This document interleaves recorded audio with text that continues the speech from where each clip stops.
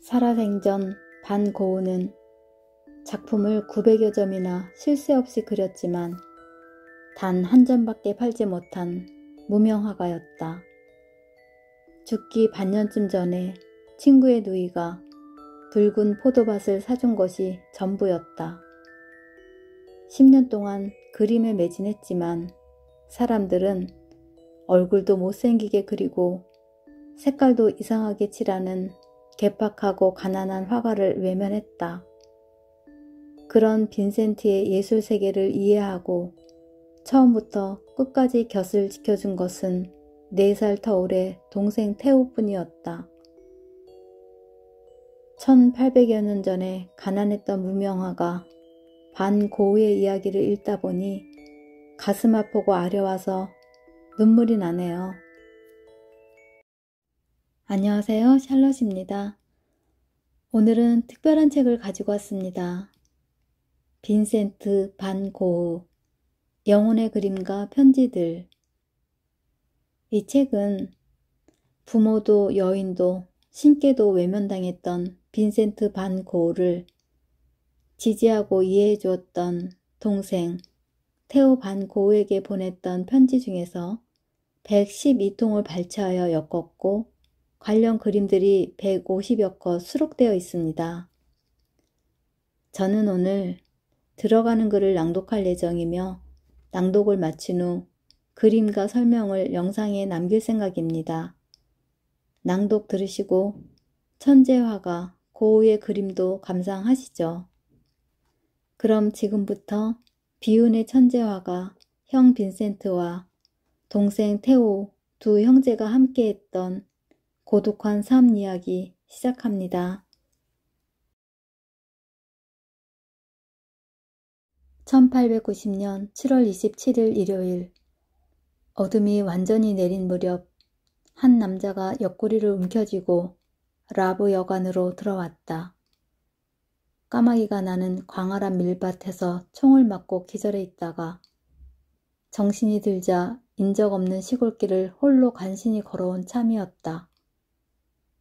3층의 장기 투숙객 빈센트 반 고흐였다. 깜짝 놀란 주인장 라브가 의사를 불렀고 가세 박사가 펄레벌떡 달려와서 응급처치를 했고 동생 테오가 파리에서 기차를 타고 급히 오베르로 내려왔다. 그런데 정작 사건의 당사자는 태연하게 침대에 앉아 담배를 피웠다. 괜한 소란을 피웠나. 방문객이 오히려 머쓱해지는 월요일이 지나가고 있었는데 어둠이 내리며 병세가 급격히 악화되더니 결국 7월 29일 밤 1시 37살의 가난한 네덜란드 화가는 눈을 감았다. 테오는 이튿날 급히 형의 장례식을 치르고 참석해준 형의 지인들에게 형을 기억해달라는 의미로 그림들을 나눠준 다음 유품을 정리하다가 미완의 편지를 발견했다. 난 그림에 목숨을 걸고 그 대가로 존재의 절반이 무너져 내렸는데 넌 어째서? 죽을 때 형의 품속에 있던 원망 가득한 편지. 수신인은 동생 테오 자신이었다. 직장을 그만둘 생각이고 인상주의 화가들의 작품은 여전히 거래가 어렵다는 테오의 편지에 대한 답장이었다. 하지만 답장은 이미 일주일 전에 왔었다. 동생의 입장을 이해한다는 내용이었다.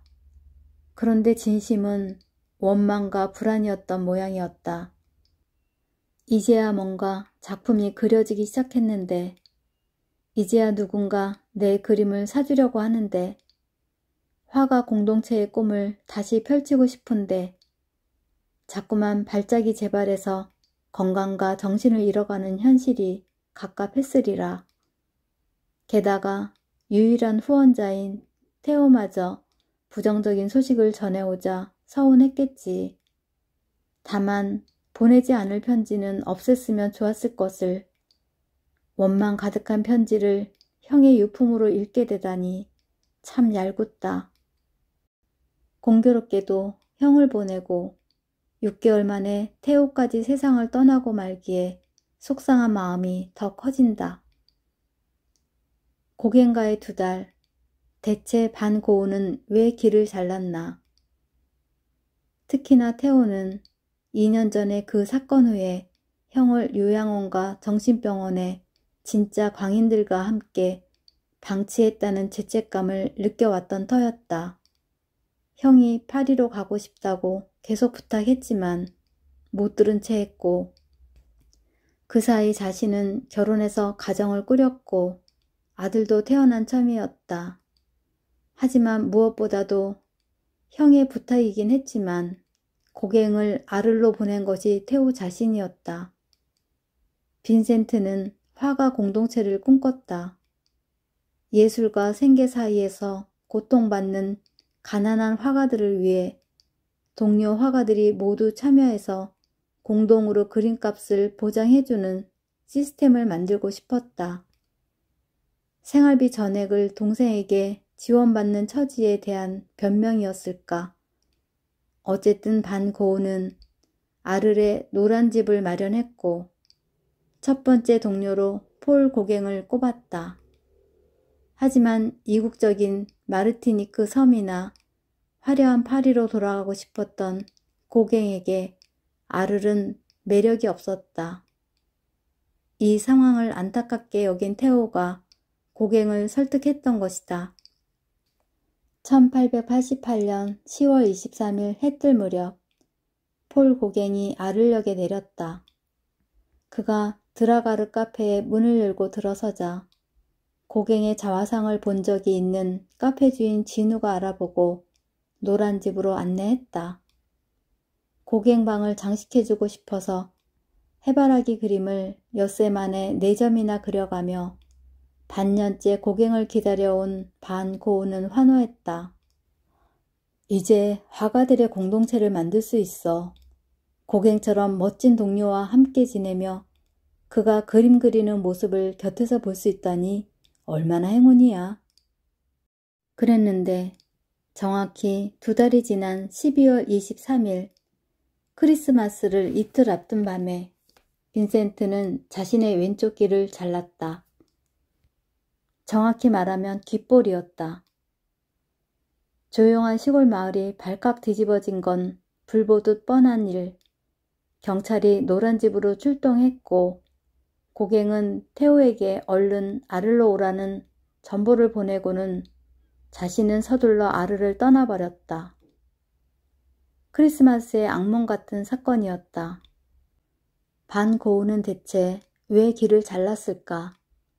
우울증이 심했던 빈센트가 고갱이 그린 해바라기를 그리는 반고우를 보고 분명히 나인데 제정신이 아닌 것처럼 보여서 분노했다고도 하고 태호의 결혼 소식에 외톨이가 될까봐 두려웠다고도 하고 확실한 건 고갱은 노란집에 오고 나서 채 일주일도 되지 않아서 아르를 싫어했고 반고우가 이 사실을 눈치챈 것이다. 고갱은 이 기분 좋은 마을 아를, 우리가 함께 지내는 노란집, 특히 나한테 실망한 것 같아. 고우는 절망했던 것 같다. 고갱과 함께 만들어 가려던 꿈이 시작도 하기 전에 자초될 위기에 처했는데 이 꿈은 태호를 위해서라도 꼭 성공해야 했다. 동생에게 후원을 받은 지 10년이 가까워지는데 제대로 그림 한 점 팔지 못한 채 재료비만 쏟아붓는 중이었고 하필이면 몽티셀리처럼 물감을 반죽이라도 해놓은 듯 두텁게 칠하는 채색 때문에 물감값을 더 보내라고 끊임없이 독촉하는 상황에 대한 타개책이었다. 그래서 2달 동안 참았을 것이다. 하지만 태호도 이런 상황을 진즉에 알고 있었다. 고갱이 그림을 팔아달라며 미술상인 자신에게 따로 쓴 편지에서 형의 열정과는 대조적인 냉소와 비아냥을 읽었다. 그런데 동생 역시 형을 위해서 어떻게든 상황을 해결해 보려고 홀로 고군분투했다. 우리 서로에게 영원한 친구가 되어주자. 테오는 형 빈센트를 사랑했다. 까탈스럽고 종잡을 수 없고 때론 공격적이지만 미치광이 같은 행동 아래 감춰진 상처받은 영혼을 알았기에 안타까웠다. 유치할 정도로 거친 붓질 아래 숨겨진 천재성을 보았기에 형의 실패에 함께 아파했다. 하지만 너무나 극단적인 성향이어서 대체 어떻게 반응할지 알 수 없는 예민한 형에게는 조심스러운 격려 외에는 자유롭게 건넬 수 있는 말이 적었다. 형은 단순한 조언조차도 때로는 왜곡하고 격분했으니까. 빈센트가 왜 남들처럼 평범하게 적당히 원만하게 사는 게 힘들었는지 정확히 알 방법은 없다. 그저 여러 원인을 추측해 볼 뿐이다.